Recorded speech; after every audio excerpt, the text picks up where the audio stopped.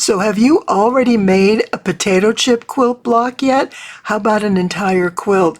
They are a fun and fabulous pattern and the best scrap buster I can think of. It goes together really quick and fast. But did you think it could get even easier? Oh, I found a way and I am loving it. And how can it be easier? It cuts faster, it goes together more quickly. You're going to love this. And I'm going to show you how to do this using the same method you already know. I'm Leah Louise from Inspired Quilting by Leah Louise. And you can see behind me, I made a couple little changes on this one. It has a low volume frame around the center square, which looks awesome. And it brings all those bright colors out beautifully. But what you can't see is the back. This is a reversible quilt. Oh my goodness. How awesome is that? Reversible quilts are not that difficult. I think you'll love seeing this. And the machine quilting, yes, this is machine quilting you can do on your own sewing machine. You're going to love it. So let's get started. There is so much to look at here today. This is the best side to see the simple quilting. And when you see how I did it, you'll really appreciate how easy it is. And I did it from the other side, which made it very simple to follow, but it creates a beautiful pattern on the back as well. And I like how it, when you have the straight stitching repetitively, I like how it sort of blends things. You don't have as much separation between the blocks. It sort of brings it all together, and I like that look. But what I love about a reversible quilt is there's a surprise inside. Oh my goodness, how fun is this? I loved making this quilt. And these low volume blocks just look fantastic. And we've got the low volume that really stands out and frames these, but look at all these wonderful colors. There are some fabulous prints in here, and I can't wait to show you everything about this quilt. There's some great secrets that I've kind of figured out along the way that I want to share with you. And the big one right now is the size. Look at these. They're 3x6. That is a time saver. You're going to love it. So let's go ahead and get started. I want to show you how to make this. Here's a quick peek of the fabric that I'm going to use. These are all the newer fabrics that I didn't already have pieces of stashed away. And I just wanted to give you an idea of some of the fabric lines we have. There are a number of art gallery fabrics here, and some of them are the, what do I want to say, the like the elements, there's little bits of pieces, little designs on a near solid. Then these butterflies are cotton and steel in different colors. And then I also have them over here with a green background and a blue, which is going to work out really well with the whole color scheme. And let's see. Oh, and then we have Arid Oasis. And that's this piece and this purple, and then these prints, and this one as well. I think that's art gallery, maybe. I'm not positive. That may be Arid Oasis. Let me look and see. Oh, cotton and steel. Okay. Oh, that's part of the butterflies. All right. And so you can see I'm using a little bit of everything. And then there's some motas in here too, some mota fabrics.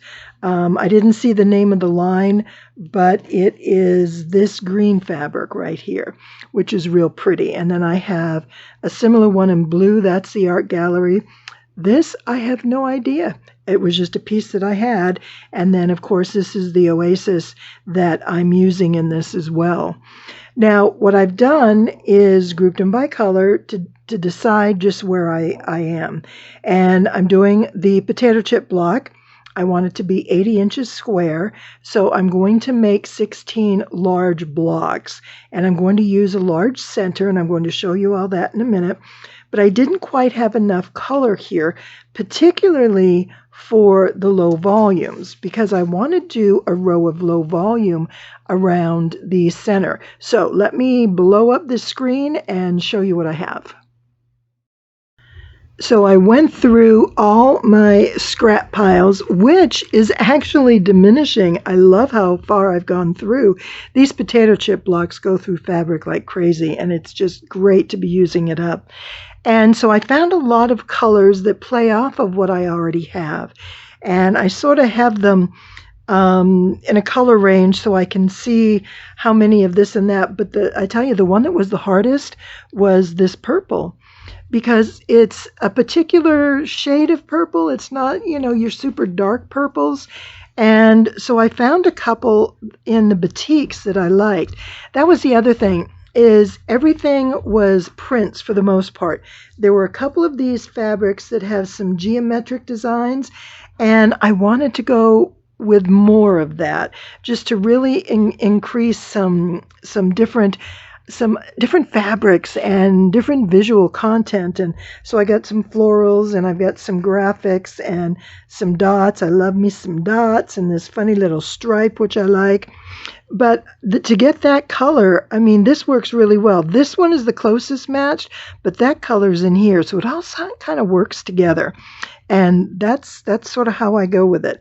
So we've got some dots here, and there's some more somewhere. Let's see, I've got the pink and the blue. That's right, I've got the blue in here. So this is where I'm going with my fabrics. Now, these are the dark, so I'm going to have a center square. Then I'm going to have a low volume row around that, and then I'm going to put the darker colors around that. So when the blocks join, those dark colors line up together, and I'll get a double row of them, and it'll sort of create an outline around everything. And I'm really excited about how that will look. But let me show you the other thing I'm working on. Let me see if I can pick these up. This was quite the ordeal. Okay, I kind of put them in here so we can see everything. There we are. So those are my low volumes that I'm going to add. These are my centers. Very pretty fabrics. And so these will be my center blocks. Now, I'm going with the larger potato chip block. So these are 6.5 inches. My strips are going to measure 3.5 by 6.5.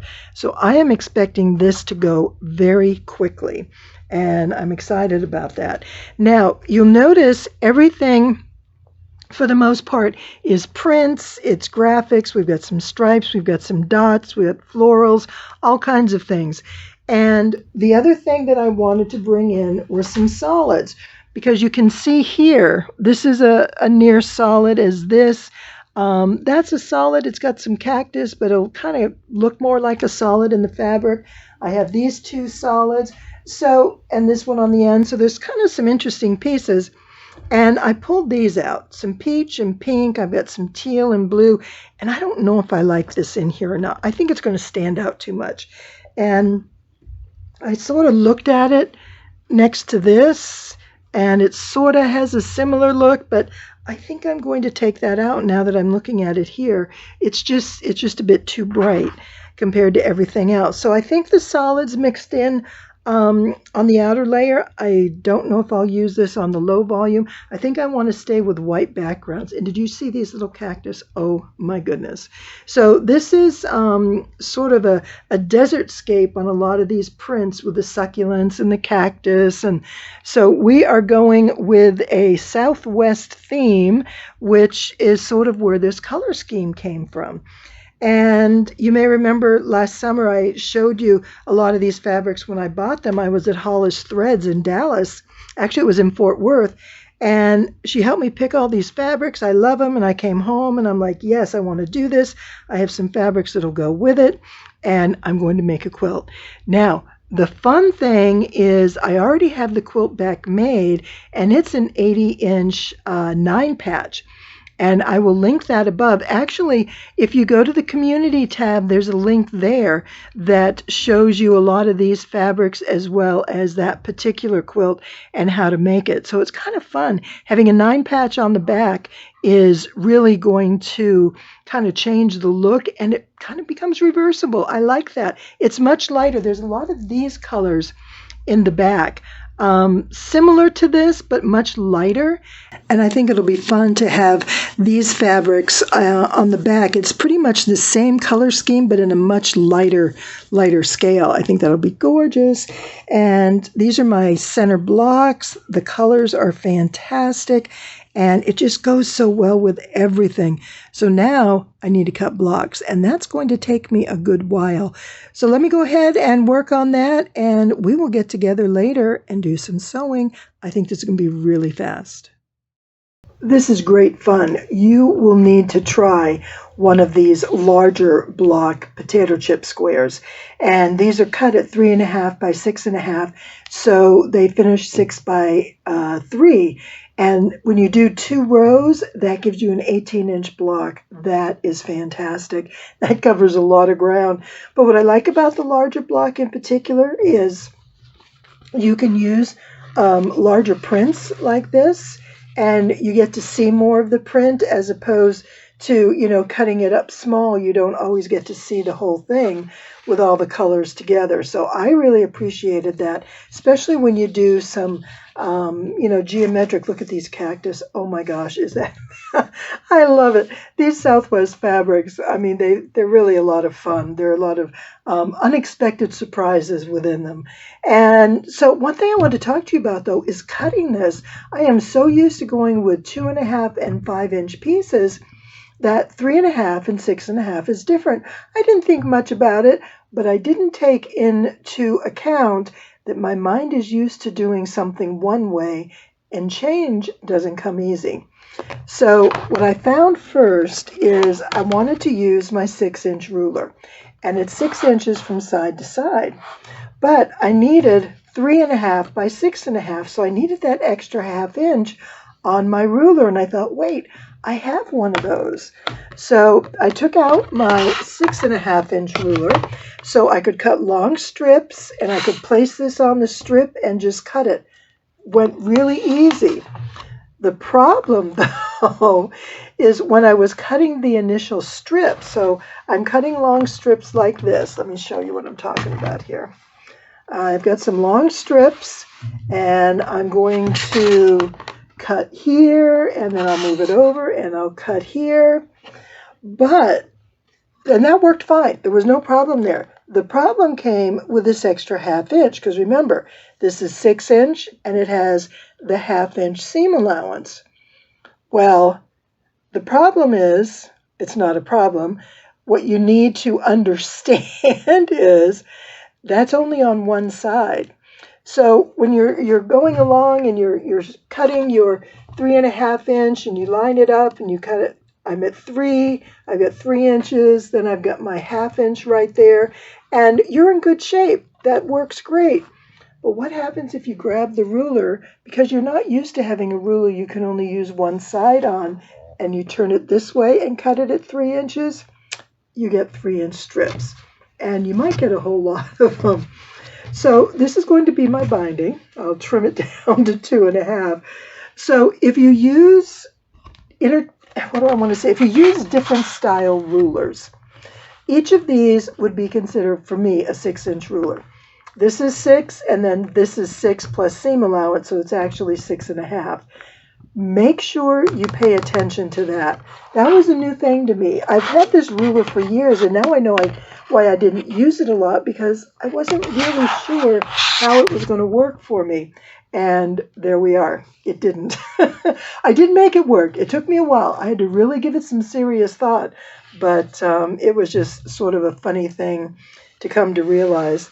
But what I wanted to do is to make this go quicker is I had a lot of pairs that I pre-sewed end to end, just like I did with the other potato chip block. This just makes it go a lot faster. And so what we would do here, and don't you just love that cactus? Oh my goodness. And so we've got kind of some purples there. And then this one, let's see, I'll put that this way. And so I just get some, let's see. Okay, so here's where we are. We did the first square, and we encircled it with low volume. So we have our square, we do 2 on each side, right? Then we do a pair on each side. So this is where I also pre-sewed. Now, when you come back to round 2, which is kind of where I'm starting from here, is we sew these on. And then I will sew these and press those outward, because that's going to make everything come together much easier. Whether you finger press it or actually iron it is up to you, but getting that pressed in the right direction is only going to make things easier. So let's see, I have some gold here. And what do I want to use? Let's see, put that there. I have some blue. Let me see. I think I'll do this. And then, so I get my pairs. Oh, you know what? I'm going to make the camera just a little bigger. Hold on. Now that we have the first row of round 2 attached, we want to put the second row. And that's going to require 3 strips. So again, like I said, I pre-sewed these. And let's see, I think, do I want to go this way or this way? I think maybe this way. Let me see what other colors I have here. And, oh yeah, I like the green down here. That'll be pretty with those. And then kind of do that. Okay, so then this would be my next round. And I would sew these together and attach them. And that works out really well. It's nice and easy. You have these done ahead of time. You just need to add one more to each strip, and then you've got everything that you need to put your block together. So what I did was first do round 1 on everything. And since it was low volume, that just made sense because I could just lay the low volume fabric out. Now, let's talk about fabric. I may have gotten just a little bit carried away, and I cut enough for I don't know how many quilts, but I have a lot of these. Now, what I'm going to have to do with these blocks is when I make my quilt, the backing the quilt that I'm using for the backing is 80 inches. If I do 4 of these, it's going to measure 72 inches. So I need an extra 8 inches, 4 on each side, which means an extra row of blocks all the way around. So I know I'm going to need at least another extra 50 of these. But take a look at this. I'll put that over here. And then these are what I cut. So, you know, maybe I get carried away. Maybe I just have a good variety. Maybe I have another around the world quilt I need to make. I'm not exactly sure. But I figured I was cutting a particular color. I'll just go ahead and cut plenty so I have enough for whatever else may arise, because I think I want to do another around the world. You know, you just do one huge block, and I think that looks wonderful. So there we are. Lots of cutting. Find lots of ways to do it. But let me show you a couple of these others here that I have. I'm just going to line those over there and move this over here and show you some of the blocks that they're coming together. So here's my center, and I added 1 row here, the double, because here we are, our singles, that's where our starting point is.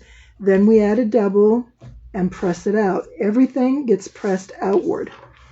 And then I'll add this one on.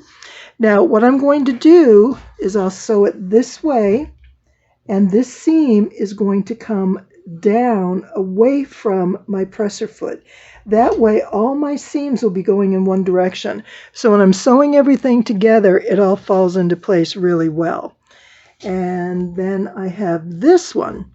So we have our inner low volume, we have our outer square. Both of those are pressed outward. They look nice and neat. And then we add our first 3 and press that outward, then bring in the other one. And I think I was looking at doing something like this. And I really like using such a wide variety of fabrics, not just color, but prints. Small prints, of course, the low volumes. These have florals, but they have a lot of tiny background. These are just almost monochromatic. They're white against another color. These are very geometric, small. These are called elements. Art Gallery Fabric does those. But some of the monochromatic ones are fun to use. And then, of course, my batiks. I just really like using them. And I think they look wonderful, and they just add so much more interest and vitality to a quilt because there's so much going on. And I will show you just a few more blocks here. There's a bunch of them. I have just about all of them made, and just to kind of give you an idea of what the colors look like. So I have 3 center squares, and what I did was divide my fabrics into 3 groups. So the turquoise in this group of blocks is going to be different than the turquoise from the others. And the reason I did that is when I put these blocks together, I'm not going to put the same color center next to each other. So that means it'll be next to a block using different fabrics. And there may be a turquoise over there, but it's not going to be the same fabric or the same print. And just some of my fun favorites. This one here, oh my goodness, I just think that's wonderful. Look at all those fun little prints in the stripes, and oh goodness, just so pretty. Remember I told you how well that color fit in, and there's other places where it goes, and look at that green has some of the color. So I like bringing in, I guess we call that an accent color, something that shows up occasionally, but not in everything. And just, a light pink. That works out too. It doesn't all have to be dark. And I did use some solids. And this has little, like, stars in it, so it's not exactly a solid. But bringing solids in are just kind of a way to kind of tone things back. And this comes across almost like a solid. But I just think they're wonderful. There's some gold, and of course the dots. 3 colors of dots, and I think they look wonderful. So these all turned out really well. I'm very happy with how these look. And each one has a little bit of a different color to it, overall color, which I think is going to make the quilt look spectacular. I'm so excited. Okay, here we are. So I have a quilt to put together, just these last couple blocks, and I'm going to piece this, and I need to add more around the edges to make it fit, and then I'm going to show you the two together and what that looks like. Oh my goodness, it's really coming together now. It's time to finish another quilt, and I have a plan coming together here. I have my bobbin, my thread, and I have a new needle I'm trying. This is a non-stick needle, and they have an anti-adhesive coating on the outside so that they won't stick to any adhesive if you use a spray adhesive or if you're doing applique or anything like that. These are going to work much better, so I'm excited about giving them a try. Now, I usually quilt with a size 11, and this is a size 12, so it's not a big enough difference that I'm concerned about that, but I am anxious to try these, so that's something new. And what I want to show you on this is, as I said, I'm doing a reversible quilt. I'm taking 2 quilt tops and putting a piece of batting in the middle. And this is my toasty cotton. It's a Fairfield batting. You can see it's nice and thin, but it's 100% cotton, so it's heavier than you think. It makes a nice warm quilt, but it's not super thick, which is what I prefer. Now, the big thing here is that I have a charm square quilt on the back. And of course, these are 5-inch. They're sewn in a 9-patch block. So each block is 9 plus 4 would be 13.5 inches or so. And each block on the front is 18 inches. So when I'm doing my quilting, I want to do something that isn't going to perhaps align on one side, but look really off kilter on the back. So what I'm going to do here is a diagonal quilt. And this pattern is perfect and works great on squares and rectangles because what you do is you just sew from corner to corner right across these points. So here is my outer corner of this block, and here is the end of the block. So you can see it's a long block with 18 inches. But what I'm going to do is I will start here. Let me make sure I've got my, 1, 2, 3. And it's deceiving because remember, I have the extra row along this outside edge. So the outside of my block is actually here. And I think that's what I'm going to start with. So I will come up to the center of this block, and you can either measure it or eyeball it. This isn't that critical.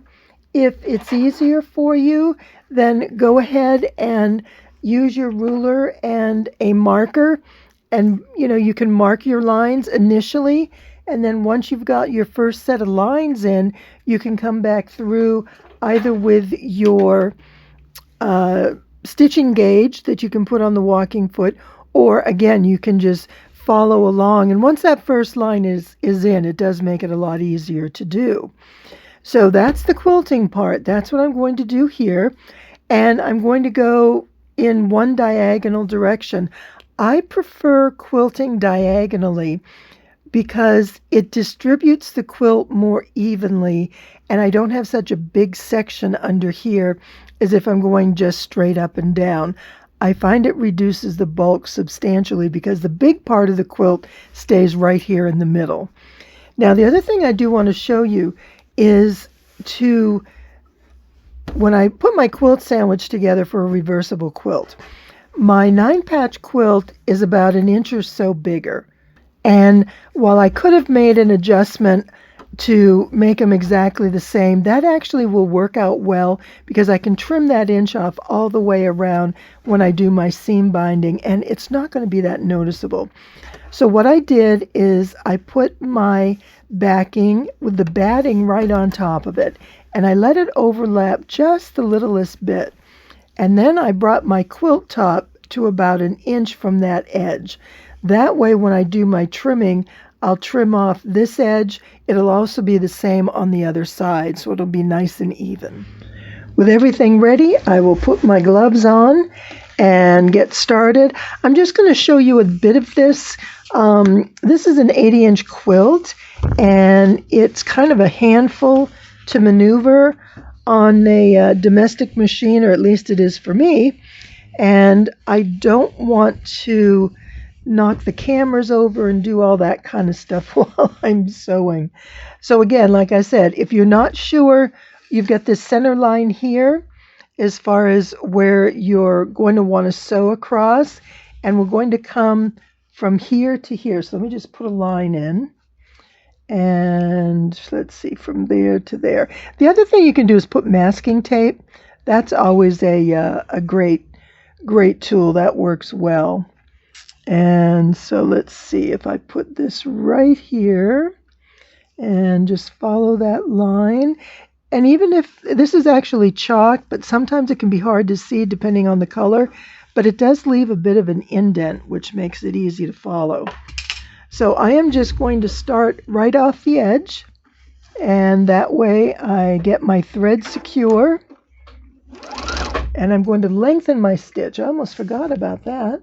So I'm at 2.5, I'm going to bump it up to a 3, and that just helps the stitch absorb the thickness of the fabric, and that just works really well for me.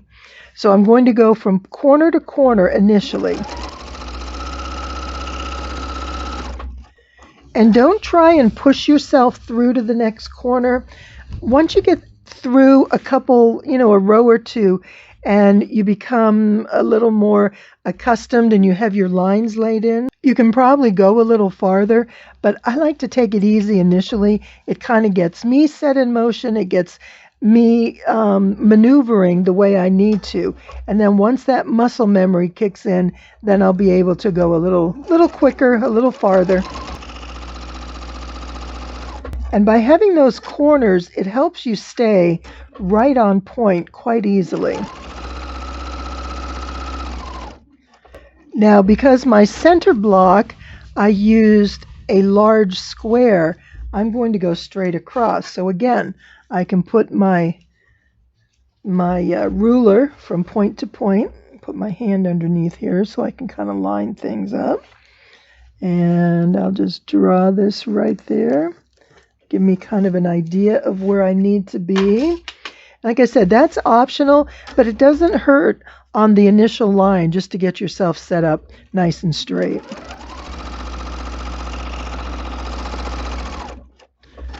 tell you, since I had my machine tuned up last week, oh my goodness, it is sewing beautifully. Whoop. Now see there? I kind of got off just a little bit. And when you stop, you need to be careful that you don't turn your fabric one way or the other, that you keep it straight. There we go. And I'm going to come down to this one.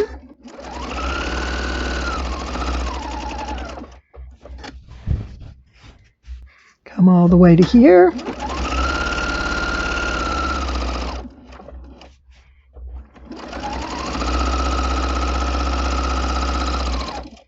So that's the extent of it. So it's very easy to do. Now, another thing, if you're concerned about doing straight lines, and you can see they're not perfectly straight. They do have a little bit of movement in them, shall we say. But nothing says you can't come in and kind of just meander this and hit those points at the same time too. So if it's easier for you to do that, then try and go with the straight. Absolutely go for it. So this is going to end up being, let's see how far this is, about 2 1/4 inches wide. So that works out good. This should line up really well.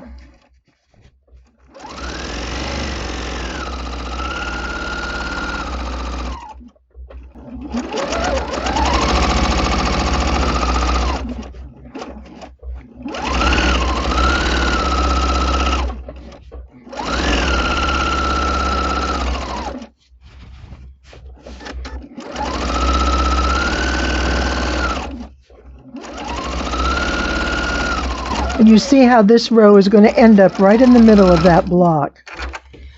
So this is a very easy pattern to follow. And like I say, whether you go straight or curved, this works out great. So I'm just going to finish to this corner, and then I'll go to the center of the quilt, work my way out. I just wanted to show you how to do this, and then I'll be on my way, and we'll have this quilt finished before we know it.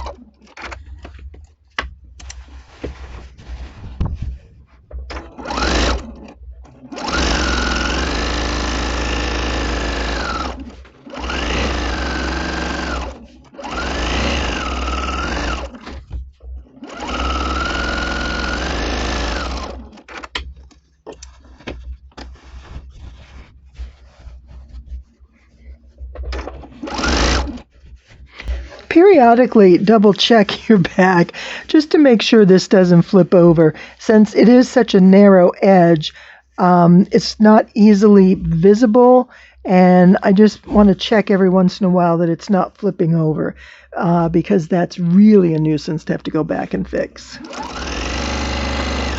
And that often becomes a particular problem when you get to a corner where something like this can just flip over and you're sewing along, and then you got to go back and rip all those stitches out.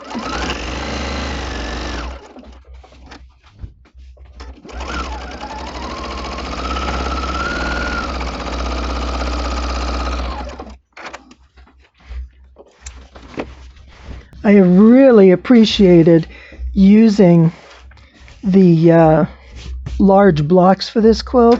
The 3x6, oh my gosh, they look wonderful. And they are just so easy to work with. Definitely a time saver, because you cut half the blocks almost. I mean, I used 300. I had a much smaller quilt, where this one I cut 300 rectangles, and I got a much larger. So you're still cutting and sewing the same, but you get a much bigger quilt.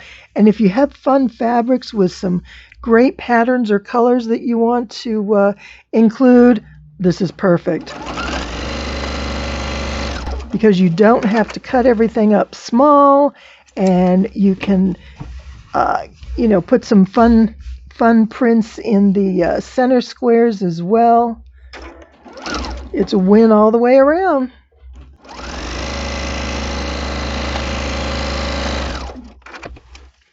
and our last corner.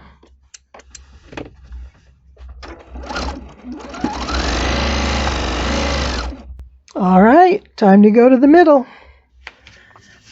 Well, I finished the first half, and I'm going to start my quilt a little differently on this half. Get my thread taken care of. It got a little wound up here. You know, this is one thing I didn't mention about these new needles. Not only are they stick resistant, they have a large eye. Oh my goodness, a large eye sewing needle. How awesome is that? And look at all this thread. My goodness. And when I was threading it, when I had to change my bobbin and then put some new thread in, it's like, boom, it goes right in. So awesome. That was a great find. But here's what I'm going to do that's different this time. Generally, I will come back to my quilt in the center and I'll work my way out to the edge all the way to the corner. But what I appreciated about the other side, the first side that I did, is I wanted to show you how this quilting went, and I sort of started in the middle of one side and worked to the corner. The benefit of that, particularly on a large quilt, is that I can sew this corner and secure it, and then I can go to the middle. My concern is, as I'm quilting and I'm rolling this side up, even though it's basted, it's spray basted, there's still a chance there can get wrinkles or maybe it can get twisted. But this way, it's easier for me to handle everything, and I can manage it a lot better, I believe, by getting this part done first, working to the corner, then come back and do this. Because as I'm doing this larger section over here, this corner is going to be rolled up in here, but it's already going to be quilted, so I don't have to worry about that. So that's kind of an interesting thought. You might want to, put that in the back of your mind sometime when you are quilting on a particularly large quilt, that, you can do it in sections. You don't have to do it all in one fell swoop from one direction to the other. So what I'm going to do is just start right here. And just like I did before, I'm sewing from corner to corner, and it worked really well on the other side. I like how it's coming out, and this is going to be really nicely quilted. The advantage here, number one, corner to corner makes it easy. But the back side, because, let me get a piece over here where it's quilted, because it's charm squares, I didn't want to go with a really wide quilting channel, a wide space between the quilting lines, and I didn't want it to fall specifically in the middle of each block, because I can't see this as I'm quilting. Like here, see how I'm getting that 1/4 of an inch off the corner. Well, the good part is that's consistent all the way across. So that shows you I'm kind of staying on track and everything is lined up well. But that's not easy to do throughout the whole quilt. So by using a dimension that is not, equal on both sides, then they're both going to be a little bit different, but yet nothing is going to stand out as particularly being off or not lined up. Does that make sense? Because these quilt lines are not going to be exactly the same on the blocks on the charm square side. So when you're doing a reversible quilt, you kind of need to think about the quilting and how it looks on one side, but also how it's going to affect the other side, depending on the blocks that you use, the size, etc., and how the piecing went together. So with that being said, I am going to go ahead and finish quilting this side, and I'll check in with you when I'm finished.